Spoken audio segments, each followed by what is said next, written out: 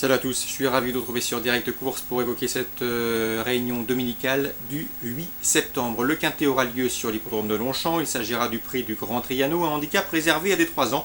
Voici ma sélection. J'ai placé en tête le numéro 1 Nocturnal Secret.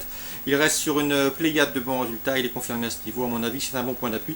A fortiori avec la monte d'Olivier Pellier. Je lui poserai le 2. Admire Fuji qui est également taillé pour réussir à ce niveau. Le numéro 5, Isnet, présenté par Carlos Lafont Parias. Le poulain reste sur plusieurs podiums, rien ne s'oppose à une confirmation. Ensuite, je me méfierai du numéro 14, Chaudary. Je sais que dans l'entraînement sous terre, on l'estime, c'est un cheval tardif, en tout cas qui progresse constamment, taillé pour réussir dans les handicaps.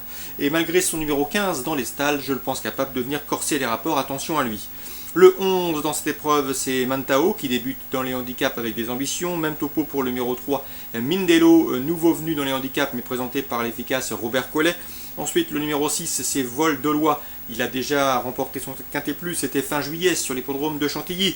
Certes, il a été remonté de 7 livres sur l'échelle des valeurs, mais une place demeure dans ses corps, d'autant qu'il fera confier à Christophe Soumillon. Attention également au numéro 9, Hervé. Le cheval vient de prouver sa forme dans une course à réclamer.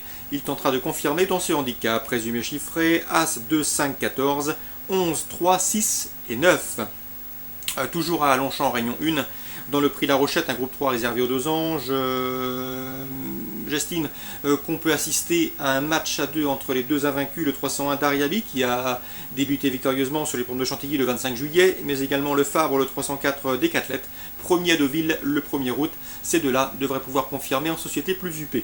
301-304, on passe à cran en Réunion 3. Dans la première, je vous conseille le 103 Archimède le groupe. Il m'a laissé une bonne impression lors de son succès obtenu récemment sur ce parcours. Le partenaire de William Bijon doit pouvoir confirmer. Attention également au 102 Amigo Montana, déféré les 4 pour la première fois, confié Eric Raffin. Ça sent la confiance. 103, 102. Dans la quatrième, attention au 407, Tom Titt, le protégé de François Nicole, a bien débuté sur les gros obstacles, se classant deuxième sur l'hippodrome de Dieppe, l'occasion, comme je vous le disais, de ses débuts sur le steeplechase. L'engagement est idéal, l'opposition dans ses cordes, et à mon avis, ici, il peut s'imposer. Je lui poserai le 406, Keep in Touch, c'est une rentrée, mais ce cheval est toujours présenté à bon escient par Arnaud Chaillet. Et le 408, Ulinosa. Elle débute sur le steeplechase, mais elle a des titres à faire valoir en haie. Mieux vaut donc se méfier de ses débuts dans la discipline. 407, 406 et 408. On arrive au Grand Cross de Cran. Crissetti le connaît bien, ce Grand Cross. Il l'a remporté en 2009, en 2011, en 2012. Il a également fait l'arrivée en 2010. Il tente un nouveau sacre dans cette épreuve prestigieuse longue de 6000 mètres. Il peut y parvenir malgré le poids des ans. Il a 13 ans. Son principal rival sera sans nul doute le 602 Facos, qui a remporté le prix Télopé sur cet hippodrome de Cran au premier semestre. Le cheval, ce Facos, a terminé deuxième de l'édition 2011, quatrième en 2012.